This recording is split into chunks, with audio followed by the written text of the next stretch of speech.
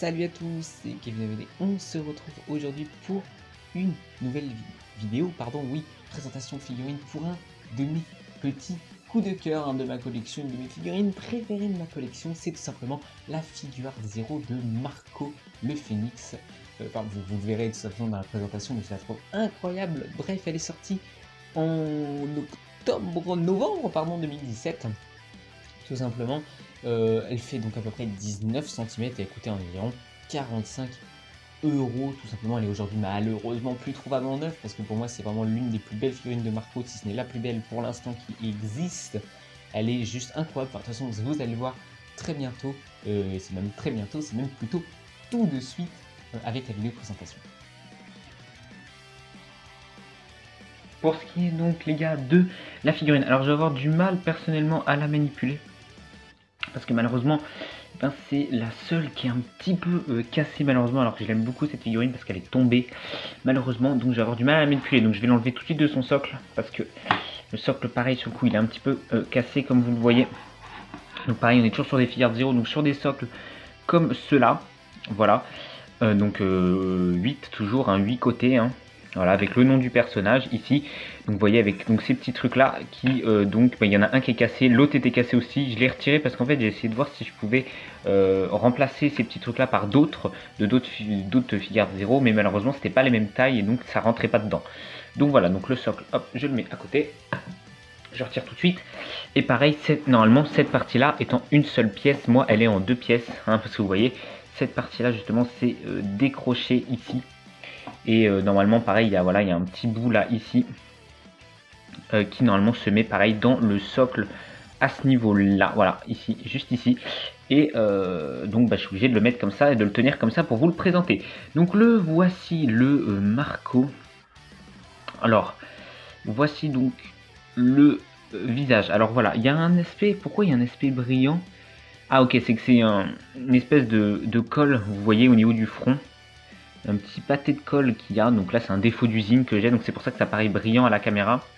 Mais comme vous voyez, le reste du visage est totalement mat. Pareil pour les cheveux, qui sont, si le focus veut évidemment bien se faire, non, très bien, donc voilà, qui sont archi stylés. Quelques petites nuances au niveau du visage, pas grand chose, il y en a un petit peu quand même.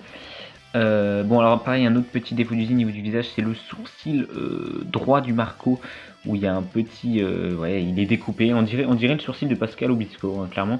On va pas se mentir. Niveau pareil du crâne, petite jointure ici, c'est limite l'un des seuls petits défauts en termes de jointure de cette figurine là. Donc pareil de l'autre côté, malheureusement.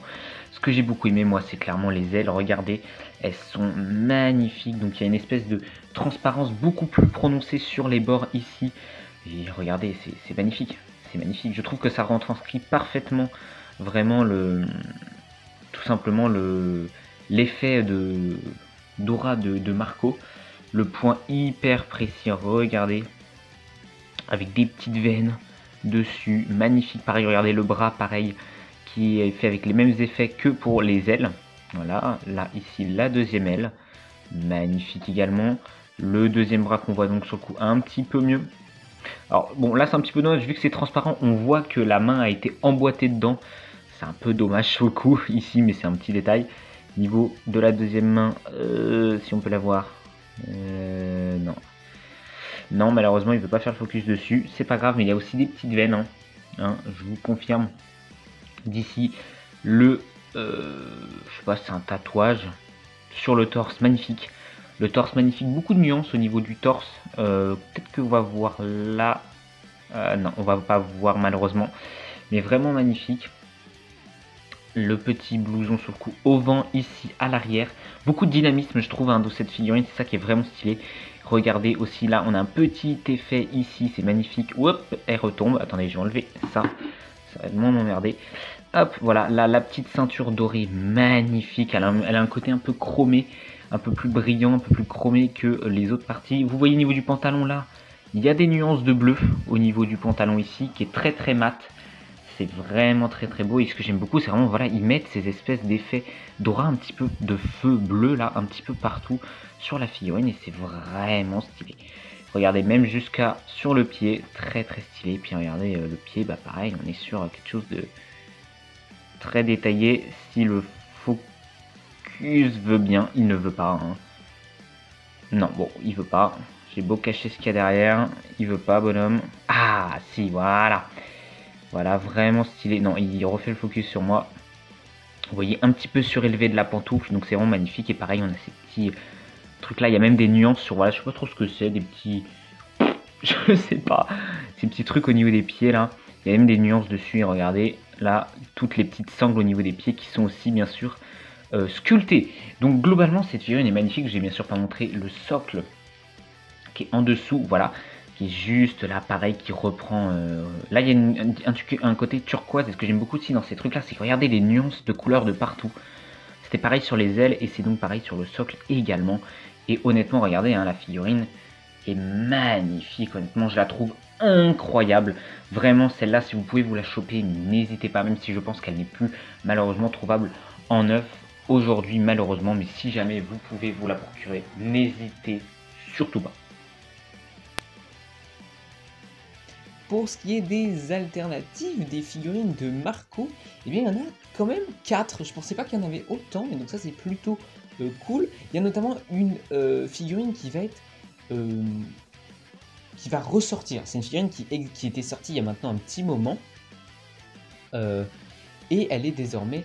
il y a eu c'est pas un restock, mais c'est de nouveau une figurine qui est disponible. Alors là, par contre, ce qui est assez étonnant, c'est que en termes de taille, c'est bizarre ce qui est écrit. Bon, je vais regarder. C'est la figurine de Marco Sculpture Big Volume 6. Donc voilà, les Sculpture Big, ça fait longtemps que ça n'existe plus.